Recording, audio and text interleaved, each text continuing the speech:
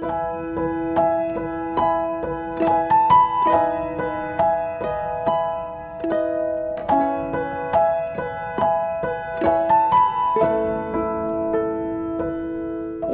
shalom semuanya ya, tetap sukacita, semangat. Terima kasih buat kesempatan yang diberikan buat saya untuk bisa sharing ya. Saya hanya sharing singkat, tapi nanti jelas bagaimana hari-hari ini banyak orang stres, depresi, itu hanya seputar masalah ya.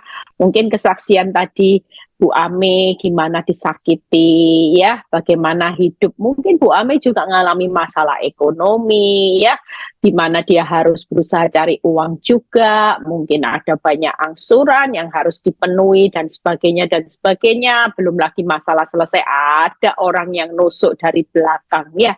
Kita semua hari ini ngalami banyak masalah, tapi tidak perlu takut. Setiap masalah itu adalah berkat ya. Kemarin saya sudah sharing tentang khotbah ini, itu bagus. Karena kita tahu bahwa ketika kita menghadapi masalah, senyatanya kita ini bukan menghadapi bencana demi bencana, tapi kita ini sedang mengalami balasan Tuhan demi upah dan apa yang akan kita nikmati. Kenapa? Karena waktu kita jadi orang benar, kita mengalami proses, kita bisa tetap semangat, kita tetap punya iman yang teguh. Saat kita disakiti, kita tetap mengampuni, mengasihi. Kira-kira hidup kita itu menikmati balasan dari Tuhan nggak? Jelas ya. Itu waktunya kita meraih berkatnya Tuhan, itu seperti itu. Makanya banyak orang nggak ngerti di area ini. Nah, kita lihat, makanya kita hidup nggak perlu takut. Saya akan bahas bagaimana hal yang paling bahaya dalam hidup ini bukan masalah, tapi seberapa banyak orang fokus dengan masalah, akibatnya iblis bisa menelan orang benar. Tangkap ya, masalah itu banyak dipakai alat oleh iblis untuk menelan orang benar. Dicuri, dibunuh, dibinasakan. Berapa banyak orang, kalau saudara lihat hari ini saya dengar orang Kristen bunuh diri ya, karena tidak kuat menghadapi hutang, dikejar-kejar hutang. Akibatnya apa? Bunuh diri daripada ketakutan tidak bisa bayar. Senyatanya di luar akal pikiran kita, kita ini masih punya Tuhan. Karena di atas segala kehidupan yang terjadi di dunia ini, ada Tuhan yang pegang kendali. Nah, lihat satu ayat di Roma 6 ayat 9 sampai 10. Ayat ini akan menjadi keyakinan buat kita. Siapapun saudara yang malam ini mengalami keadaan yang sulit, di luar akal kemampuan saudara, di luar akal pikiran saudara. Hari ini saudara sudah habis akal, putus asa, serasa sudah tidak berdaya menciptakan jalan keluar. Ini waktunya kita mengangkat tangan. Kenapa? Ayat ini. Roma 6 ayat 9 sampai 10. Karena kita tahu, ya, kita harus tahu malam ini bahwa Kristus sesudah ia bangkit dari antara orang mati, itu tidak mati lagi.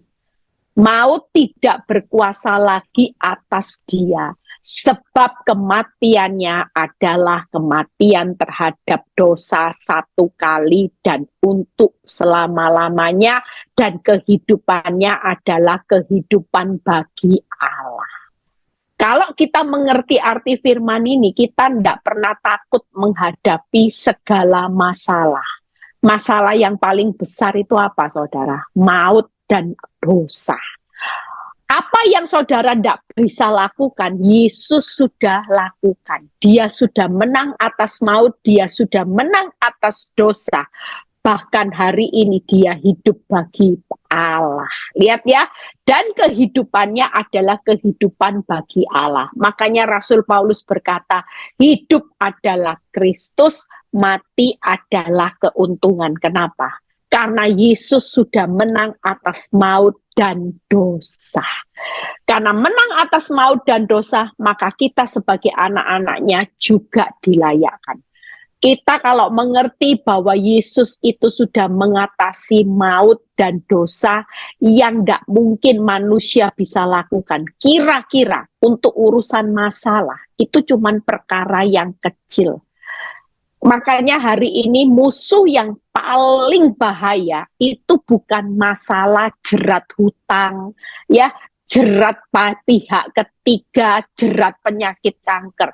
Kalaupun hidupmu berakhir di dunia, kita ini tetap dapat jaminan keuntungan karena kita ini sudah dibebaskan dari yang namanya upah dosa adalah maut.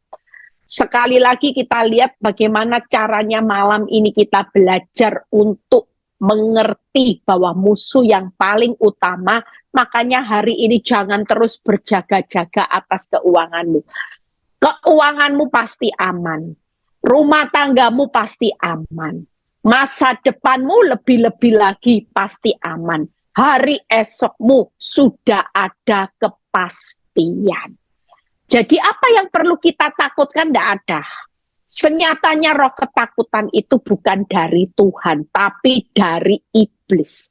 Makin takut, orang makin khawatir, makin mudah untuk ditelan. Orang yang punya ketakutan, kekhawatiran tingkat tinggi akan dengan mudah dicuri, dibunuh, dan dibinasakan oleh iblis. Makanya ayat 1 Petrus 5 yang tidak asing lagi, ayat 8-9a. Hari ini yuk kita mau bangkit untuk melawan semua tipu daya iblis yang paling bahaya. Yang pertama yaitu, lihat ya, 1 Petrus 5 ayat 8-9a. Sadarlah dan berjaga-jagalah lawanmu. Makanya ibu-ibu yang menghadapi masalah mertua, ipar, suami itu bukan lawan. Keuanganmu bukan musuhmu, makanya ndak usah ditengking-tengking. Ndak usah minta Tuhan percepat, karena itu bukan musuh. Sekali lagi, musuhmu hari ini, masalah itu bukan musuhnya Tuhan, tapi alatnya Tuhan untuk membentuk saudara supaya kita hari ini, hidup ini lulus dalam ujiannya Tuhan.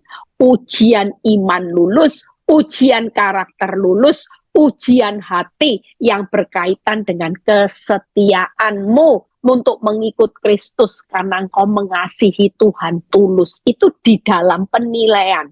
Lihat ya, lawanmu si iblis berjalannya keliling.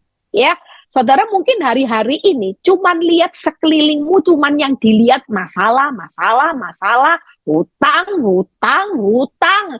Wanita tobat, pelakor, yang saudara lihat cuman krisis, resesi, ketakutan yang sedang menimpa dunia ini. Tapi kita lupa, sekeliling kita yang paling berbahaya adalah iblis. Dia itu seperti singa yang mengaum-ngaum dan mencari orang yang dapat ditelannya. Hari ini kita takut, khawatir itu senyatanya karena kita dengar singa yang mengaum-ngaum. Tapi itu enggak menentukan hidupmu. Engkau khawatir, takut, kenapa? Karena engkau selalu dengar iblis yang selalu mengaum-ngaum di telingamu berkata, mana mungkin, enggak mungkin engkau bisa beli rumah seperti kesaksian itu. Mungkin Ciami juga. Mungkin saudara yang lagi bergumul untuk masalah pekerjaan, mungkin iblis bilang gini, mana mungkin usia sudah kepala 5 di PHK, omong kosong, lah yang ngantri umur 20, 30 semua cari lowongan pekerjaan, kamu kepala 5 ya jelas dicoret. Jujur, itu semua hanya adalah suara iblis, intimidasi yang tiap hari itu ada di telinga kita. Tapi kita jangan anggap sepele. Hanya karena ngaum-ngaumnya ini, dia bisa menelan saudara untuk dicuri, dibunuh, dibinasakan. Makanya kita hari ini harus punya tip bagaimana untuk melawan tipu daya iblis. Masalah itu tidak bisa menelan, menghancurkan hidupmu. Tapi justru lewat masalah, hidupmu itu di-upgrade. Hidupmu dibangun, rohnya menyala-nyala. Karaktermu dipercantik. Karena kita ini calon mempelai Kristus. Semuanya lagi dipercantik. Manusia batinianya dipercantik, hidup buah rohnya dibuat lebat, karakter Kristus makin mirip, bukan mirip dunia. Saudara, makin dibawa Tuhan tuh mirip. Itu calon mempelainya Kristus. Lewat apa ya? Lewat masalah. Nah, hari ini kita belajar di ayat 9a. 1 Petrus 5 ayat 9a. Kita belajar 3 tip aja. Hari ini jangan sampai menyepelekan ini. 1 Petrus, lawanlah iblis dengan iman yang apa saudara? Teguh. Lah kenapa kita bisa gampang ditelan iblis? Karena imanmu cuman up and down. Tuhan tidak lihat bukti baik lagi, imannya lobet. Nanti kalau lihat bukti baik baru semangat, haleluya, puji Tuhan. Sudah semangat, haleluya, puji Tuhan. Sudah kesaksian di AOG Ministry ini, tiba-tiba besok usaha sepi lagi. Lobet, letih, lesu, loyo, lunglai. Akibatnya apa saudara? Ditelan oleh iblis. Makanya firman Tuhan itu tidak pernah salah. Orang yang bisa melawan tipu daya iblis itu hanya orang yang punya iman yang teguh. Itu yang pertama. Ya, orang yang imannya teguh, ingat loh ya, hidup ini bukan ditentukan oleh masalah.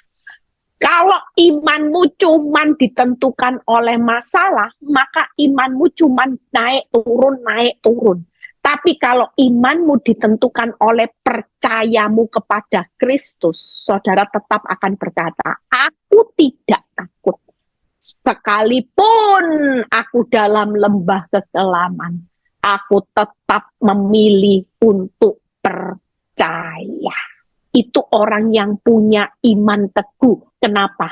Karena hidupnya bukan ditentukan oleh apa yang dilihat, tapi apa yang dipercayai.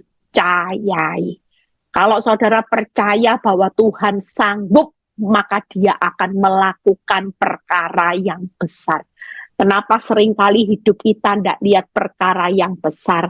Karena kita meragukan Tuhan, sanggup enggak ya? Tolong aku di tengah badaiku yang besar. Lah kalau dia Bapak yang besar, Tuhan yang besar, ya dia pasti sanggup. Walaupun perkaramu sulit, dia tetap yang terbesar. Itu ciri orang yang punya iman yang teguh. Makanya kalau orang itu hidupnya takut khawatir, itu alat paling gampang untuk ditarget sama iblis, untuk hidupmu ditelan. Ditelan, saudara, ketika hidupmu ditelan oleh iblis, sebenarnya masalahnya pasti berlalu, tapi karena hidupmu yang hari ini ditelan, diperbudak oleh iblis dengan masalah. Ada berapa banyak orang yang hari-hari ini ya sakit, depresi, stres, tidak bisa tidur, minum obat tidur. Kehidupannya apa? Hidupannya perkara sia-sia. Nah, yang kedua, lihat ya. Yang kedua, buka Yakobus 4 ayat 7. Karena itu tunduklah kepada Allah, lawanlah iblis, maka ia akan lari daripadamu. Hari ini yang kedua, bagaimana cara melawan tipu daya iblis, yaitu dengan tunduk. Tidak ada jalan lain. Hari ini jangan pernah tunduk kepada emosimu seperti Bu Ame tadi cerita. Waktu disakiti, kita jangan tunduk kepada emosi kedagingan kita, tapi tunduk kepada Allah. Kalau Tuhan berkata, nak, sudah lupakan, ampuni, Tuhan berat ngampuni, Tuhan suakit, fitnahnya Tuhan jahat, mulutnya menfitnah saya jahat, sudahlah, engkau diam, aku berperang. Kalau engkau berperang, aku diam. Jadi pilih mana? Pilih kamu yang perang atau aku yang perangi musuhmu. Sudah mau difitnah, mau ditusuk dari belakang, mau disakiti, apapun tetap Tuhan berkata diam. Ampuni, kasihi, doakan musuhmu. Itu bagianmu. Nanti bagianku yang akan membela perkara-perkaramu. Nah, itu lawan iblis. Makanya hari ini kalau kita tidak bisa tunduk sama Allah, ada berapa banyak orang yang tidak terima. Ada berapa banyak orang yang balas jahat dengan yang jahat. Bukannya melihat jalan keluar, hidupnya malah terpuruk. Berapa banyak orang meninggal karena sakit kanker, karena hidup dalam kepahitan. Itu iblis berhasil menelan. Jangan pikir hari ini orang banyak sakit kanker tidak sadar. Kalau ditarik garis mundur, udah banyak orang yang sakit kanker meninggal usianya hanya tinggal hitungan bulan mendadak. Itu kenapa? Karena terlalu banyak kepahitan, terlalu banyak sakit hati, sampah-sampah disimpan dalam hati, sehingga kita ini ditelan oleh iblis gampang. Tiba-tiba divonis kanker, usianya cuma tinggal berapa bulan. Kira-kira saudara menghabiskan waktu, seharusnya hidup adalah Kristus, nanti cerita kehidupannya berbeda. Hidup kena kanker, sekalipun mungkin matinya untung. Ya, minta ampun sama Tuhan. Tuhan, aku sudah kena kanker. Realisasi. Minta maaf ya, aku dulu sakit hati sama kamu. Diampuni enggak? Diampuni. Matinya untung, masuk surga. Tapi kan hidupnya bukan Kristus. Hidupnya sakit hati, akibat sakit hati kena kanker. Lu enggak enak loh saudara. Hari ini alangkah jauh lebih baik kalau kita disakiti, kita tunduk sama Allah. Kita mau tetap memberi senyum, memberi pengampunan, karena hidup adalah tentang Kristus. Kalau hidup berbicara tentang Kristus, maka hidup ini berbicara tentang karakter Kristus. Jadi tidak ada orang yang hari ini yang kedua yaitu lawan iblis dengan iman yang teguh. Yang ketiga yaitu buka di Lukas 4 ya. Di bentar. Matius 4 ayat 4. Yuk kita baca. Matius 4 ayat 4. Bisa dibaca ya, Matius 4. Bagaimana hidup manusia bukan dari roti saja. Ya, kalau nggak salah itu yang saya kok lupa nyatet tadi. Hidup manusia, tetapi Yesus menjawab, ada tertulis, manusia bukan hidup dari roti saja, tetapi dari setiap firman yang keluar dari mulut Allah.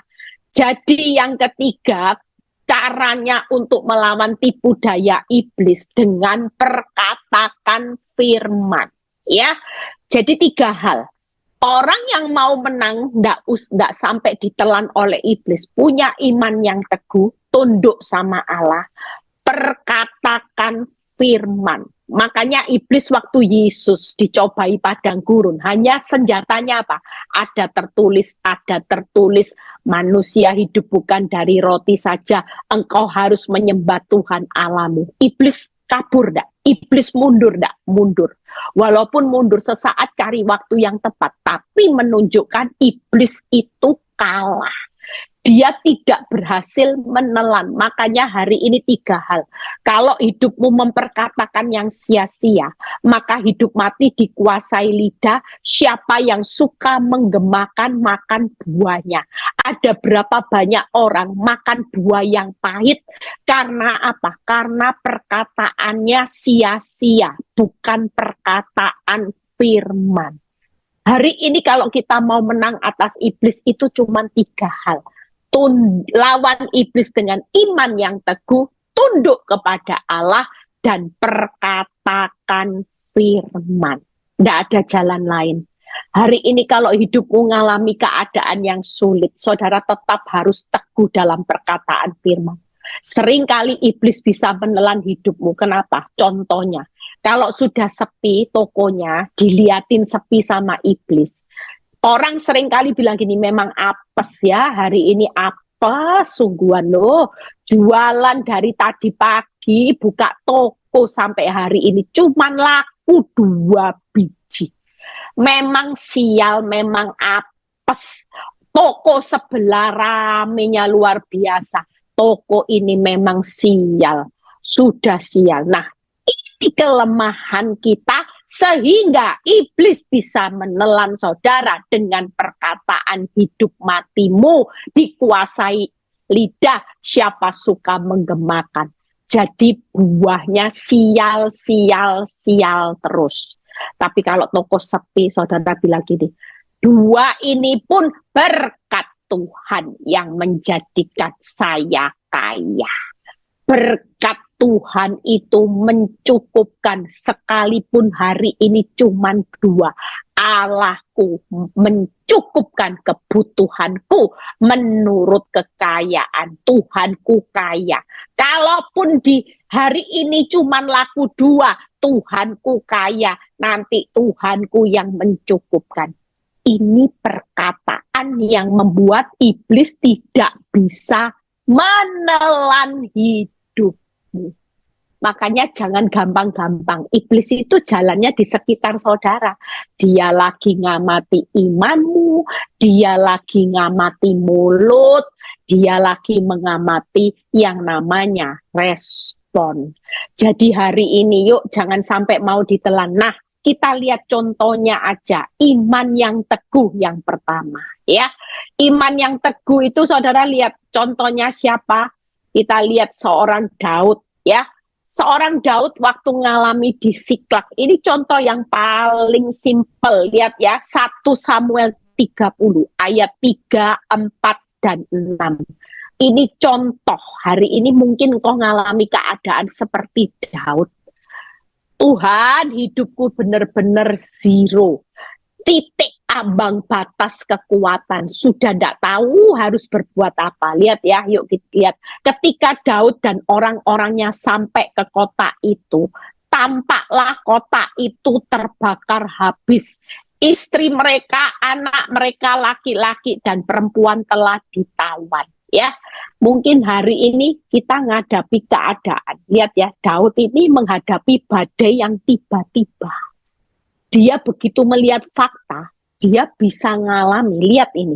Mungkin hari ini kita juga ngalami seperti Daud, ada badai yang tiba-tiba. Tidak pernah saudara persiapkan. Lihat. Lalu menangislah Daud. Nah, kita nangis. Tuhan, badai ini menghabiskan, membakar semua, Tuhan. Keuanganku porak-poranda, rumah tanggaku porak-poranda, semua. Saudara nangis seperti Daud. Daud dan rakyat yang bersama-sama dengan dia itu dengan nyaring sampai mereka tidak kuat lagi menangis. Lihat ya. Ini orang yang ada di posisi ambang batas kekuatan. Saya pernah ngalami seperti Daud. Nangis itu sampai gini. Sampai tidak kuat, saudara. Suara itu sampai dari nangis karena dengar sesuatu, lihat sesuatu yang membuat saya bilang, Tuhan, tidak kuat. Sampai rasanya Daud ngalami, saudara. Firman ini berkata, nangis itu sampai tidak kuat lagi menangis. Tapi ayat 6 ini luar biasa. Dan Daud sangat terjepit. Mungkin malam ini saudara mengalami keadaan, Tuhan, aku sudah tidak tahu, Tuhan. Aku sudah sangat terjepit, Tuhan. Keuanganku terjepit. Rumah tanggaku terjepit. Kesehatanku terjepit. Ya, saudara lihat.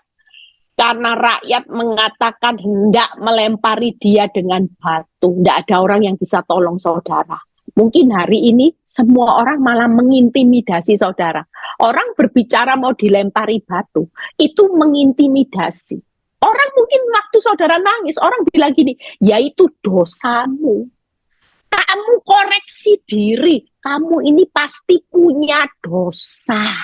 Kesalahan. Orang mungkin hari ini lempar batu atas kesalahan saudara. Saudara bukannya dibantu, malah dipojokkan. Lihat ya, rakyat dengan dia nyaring sampai mereka. Dan Daud sangat terjepit. Lihat, seluruh rakyat telah pedih hati masing-masing karena anak laki perempuan. Nah, ini yang luar biasanya Daud. Tetapi Daud apa saudara? Menguatkan kepercayaannya kepada Tuhan Allahnya. Mujizat terjadi enggak? Waktu dia menguatkan kepercayaan. Ini berbicara iman yang dia enggak lihat lagi faktanya hancur, saudara. Habis, terjepit, ya, sangat terjepit. Hari ini keadaan hidupmu mungkin sudah habis-habisan, sangat terjepit. Saudara ngalami keadaan yang benar-benar menyedihkan, sampai nangis itu loh, gak kuat lagi. Ini orang yang sudah ngalami keadaan hidup yang parah, saudara. Tapi rahasianya, iblis berjalan melihat. Dia pingin menelan Daud, dicuri, dibunuh, dibinasakan. Tapi apa yang Tuhan lakukan ketika Daud punya iman yang teguh? Mujizat terjadi. Bahkan kalau saudara baca ayat di bawah-bawahnya, tidak ada loh satupun kerugian daripada Daud. Malah bisa menjarah. Itu artinya hari ini, masalah itu bukan masalah. Ketika saudara dan saya tidak mempermasalahkan. Kenapa? Karena kita punya iman yang teguh. Mau terjepit kek, makanya saya sering ngomong sama ibu-ibu itu panik ya. Kalau sudah telepon, Bu, punya anak satu, saya dengar hamil lagi loh Bu, punya anak dua, aduh Bu. Saya cuma bilang gini, Bu, tenang Bu. Anak satu, anak dua, anak tiga, solusinya bagi Tuhan tetap sama. Bagi Tuhan tidak ada perkara yang mustahil. Apakah anak satu dengan anak 5 itu tingkat kesulitannya bagi Tuhan beda? Tidak ada.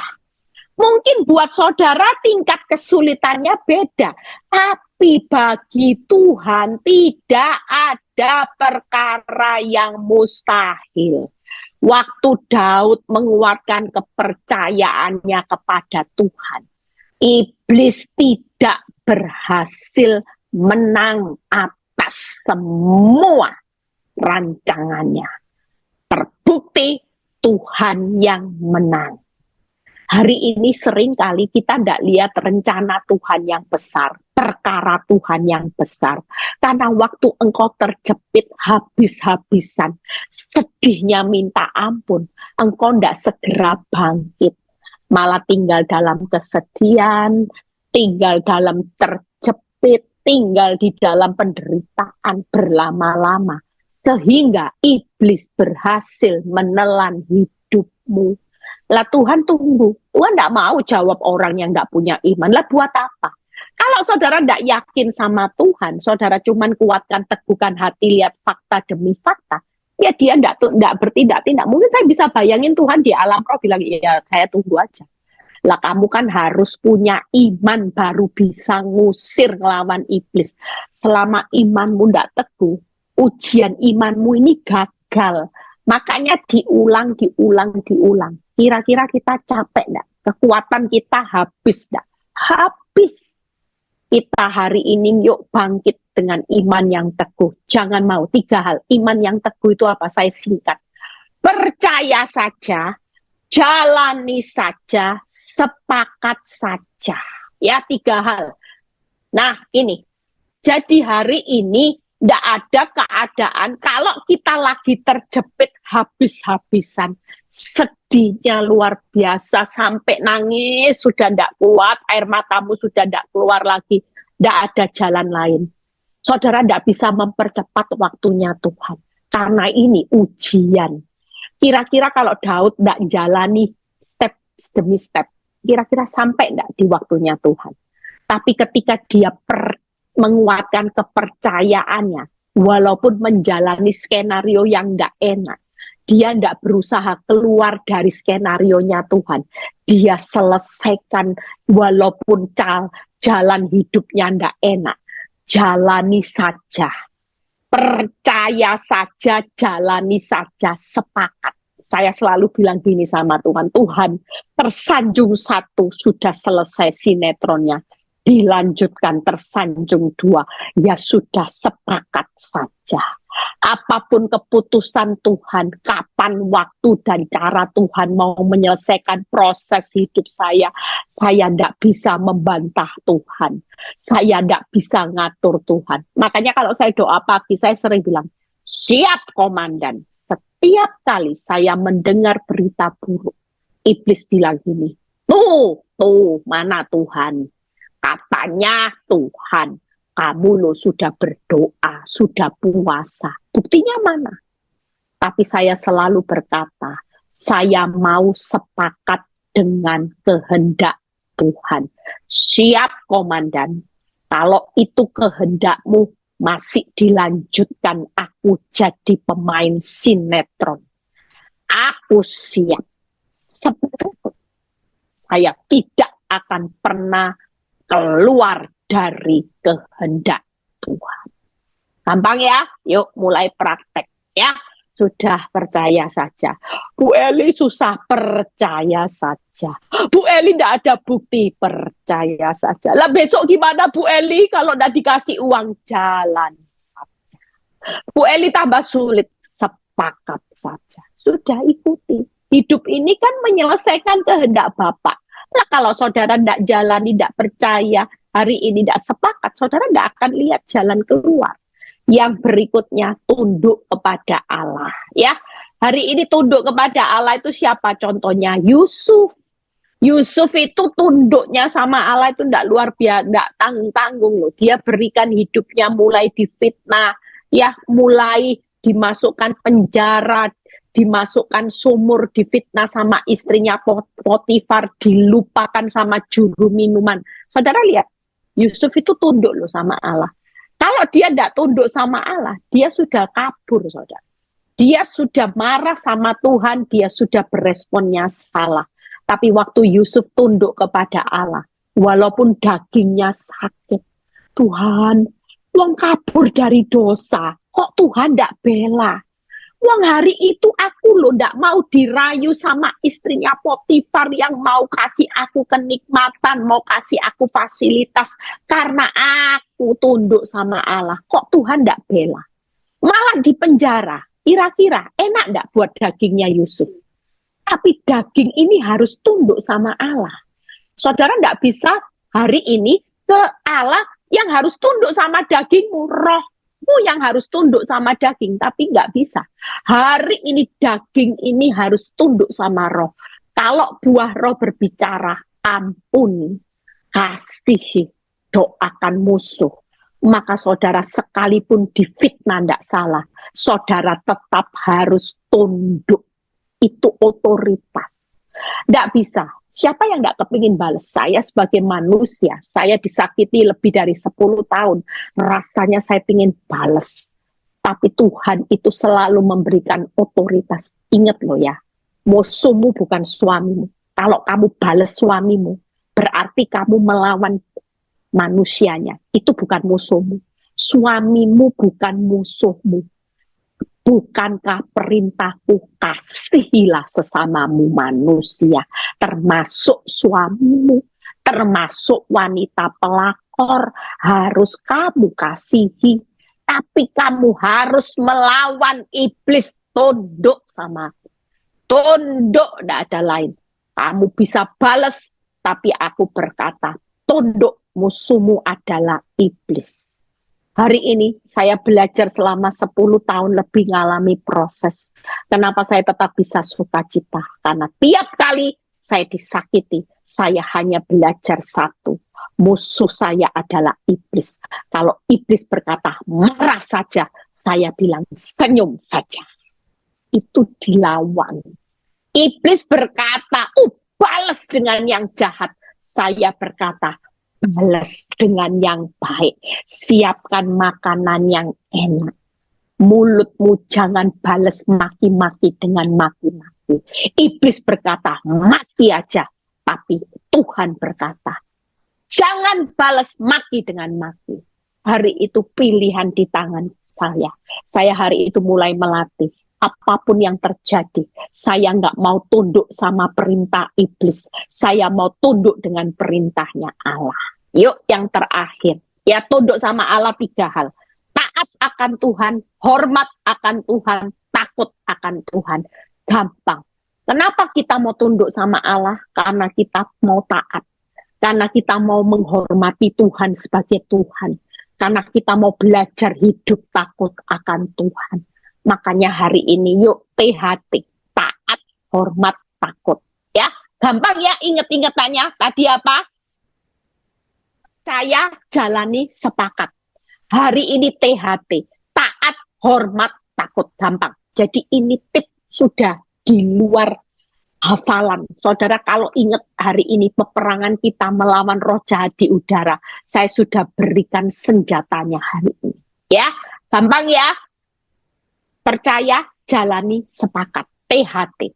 Taat, hormat, takut akan Tuhan. Itu senjatanya. Yang terakhir, bagaimana perkatakan firman. Ya, percayalah apa yang saudara ucapkan hari ini adalah satu kekuatan. Tidak ada kekuatan yang bisa mengalahkan firman. Percayalah, kenyataan buruk, apapun kenyataan hidup, itu selalu tunduk kepada perkataan firman. Iblis mau bilang gini, tuh suamimu kan kabur sama wanita lain. Tapi tetap perkatakan firman bahwa apa yang dipersatukan Tuhan tidak bisa diceraikan manusia. Sekalipun dulu iblis bilang gini, loh kamu mana bisa menang. Lah kamu kepala 4, wanita itu kepala 2. Separuhnya. Kamu lo mana bisa menang, menyerah aja.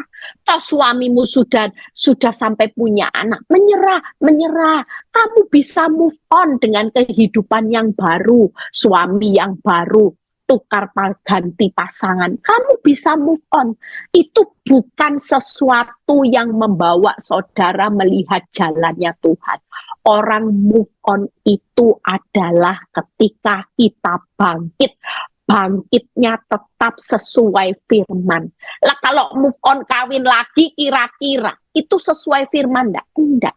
Makanya ketika keadaanmu susah, saudara diintimidasi iblis toko sepi, mulai diperkatakan firman, enggak iblis. Berkat ada di atas kepala orang benar, berkat ada di atas usaha orang benar, berkat ada di atas rumah tangga orang benar. Ketika aku diam rukun bersama, disitulah Tuhan memerintahkan berkat. Itu diperkatakan, saudara. Waktu itu diperkatakan, maka hidup mati dikuasai lidah. Seperti yang kamu ucapkan di hadapanku, demikianlah Tuhan akan melakukan apa yang saudara perkatakan lewat firman-Nya. Kalau ada orang jahat, berkati aja. Jangan dikutuki karena itu bukan perkataan firman. Perkataan firman, aku mau memberkati, mendoakan musuh-musuhku. Supaya aku juga mendapat anugerah berkat. Di mana aku menaruh bara api di atas kepala musuhku. Supaya musuhku bertobat, musuhku kenal Yesus. Itu diperkatakan. Makanya kalau diperkatakan firman hari ini yuk mulai bangkit. Jangan perkatakan masalah, tapi katakan, aku punya Tuhan yang besar. Jangan terus ketemu temen, utangku besar loh. Aduh, suamiku ndak pulang loh, ndak. Katakan, kalau ditanya orang gimana kabarmu, luar biasa, kok bisa? Wong kamu bangkrut kok luar biasa. Ya karena aku punya Tuhan yang besar. Jangan perkatakan masalah, jangan perkatakan kelemahan kita. Katakan, aku sanggup. Aku punya Tuhan yang besar, aku sanggup. Yang ketiga, jangan perkatakan kegagalan kita. Katakan, aku pasti berhasil. Tuhan bawa hidupku naik jadi kepala, bukan ekor, berhasil beruntung. Jadi waktu kita perkatakan firman, kita perkatakan, aku punya Tuhan yang besar, aku sanggup, aku pasti berhasil. Itu yang diperkatakan. Kenapa? Karena firman selalu berkata Tuhan besar. Firman selalu berkata aku sanggup menanggung segala perkara di dalam kekuatan kuasanya. Jadi jangan perkatakan tidak kuat Tuhan, tidak sanggup Tuhan, tidak. Sekalipun posisimu sudah sangat terjepit, habis-habisan. Hari ini engkau sangat dalam kesedihan. Engkau tidak perlu memperkatakan kenyataan hidupmu. Hari ini kenyataanmu memang buruk, tapi mulai perkatakan, aku punya Tuhan yang besar. Aku sanggup menanggung segala perkara di dalam kekuatan kuasa-Nya. Aku pasti berhasil beruntung karena Tuhan membawa hidupku naik jadi kepala. Itu yang diperkatakan setiap hari.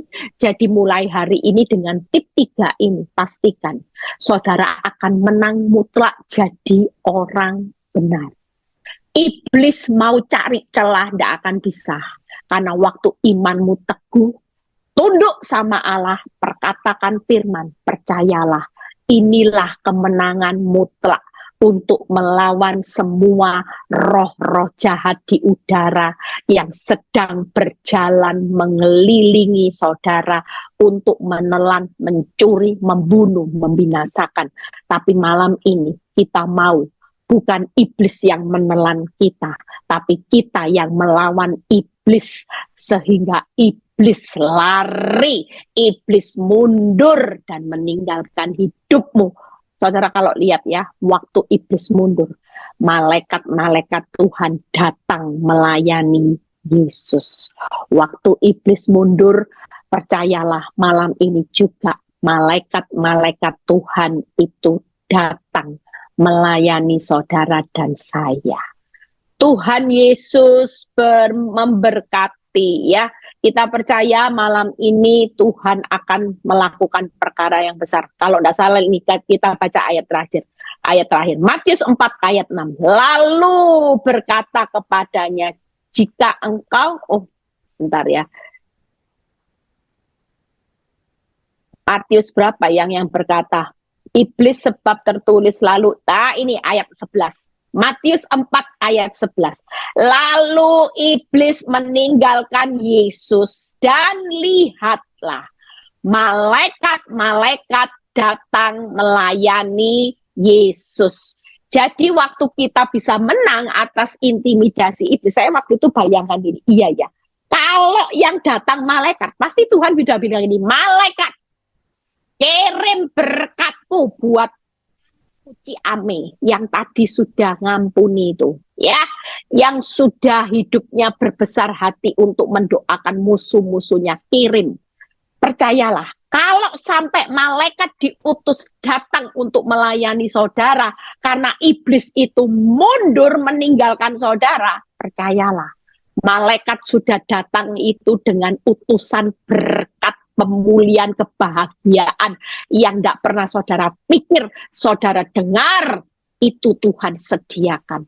Malam ini pastikan saudara menang atas semua tipu daya iblis, supaya malaikat-malaikat yang datang melayani saudara, dia datang dengan berkat, dia datang dengan berita sukacita, dia datang, malaikat datang dengan pemulihan kebahagiaan. Kalau iblis yang datang, saudara akan dicuri, dibunuh, dibinasakan. Tapi kalau malaikat yang datang buat saudara dan saya, dia bawa kabar sukacita, dia bawa berkat yang berlimpah, yang berlipat, dia bawa kedamaian di hati saudara dan saya. Tuhan Yesus memberkati. Kasih Tuhan buat malam ini, kami percaya kekuatan-Mu terus mengalir buat kehidupan kami. Kami semakin mengerti, kami tidak mau Tuhan dibodoh-bodohi oleh iblis. Selama ini kami salah berperang Tuhan. Kami selalu memerangi masalah, senyatanya masalah itu tidak membahayakan hidup kami. Justru tipu daya iblis yang bisa menelan hidup kami. Terima kasih ya Bapak, berkati AOG Ministry ini, berkati Bu Ame dan seluruh pengerja. Kami percaya pelayanannya semakin diperlebar. Tuhan tambahkan hikmat, Tuhan tambahkan semua pewahyuannya supaya melalui AOG ini, ministry ini, banyak jiwa-jiwa dimenangkan. Berkati yang sudah melayani, supaya mereka tidak pernah sia-sia, dan setiap anak-anak-Mu yang bergabung malam ini, kami percaya kekuatan-Mu terus mengalir. Kalau sebentar kami mau berpisah satu dengan yang lain, biar kami menerima berkat Tuhan, berkat Abraham, Ishak, Yakub, damai sejahtera Allah Bapa, Putra, dan Roh Kudus menyertai saudara dan saya mulai saat ini sampai Maranatha Tuhan Yesus datang kedua kali, yang diberkati dan percaya berkata amin. God bless semuanya.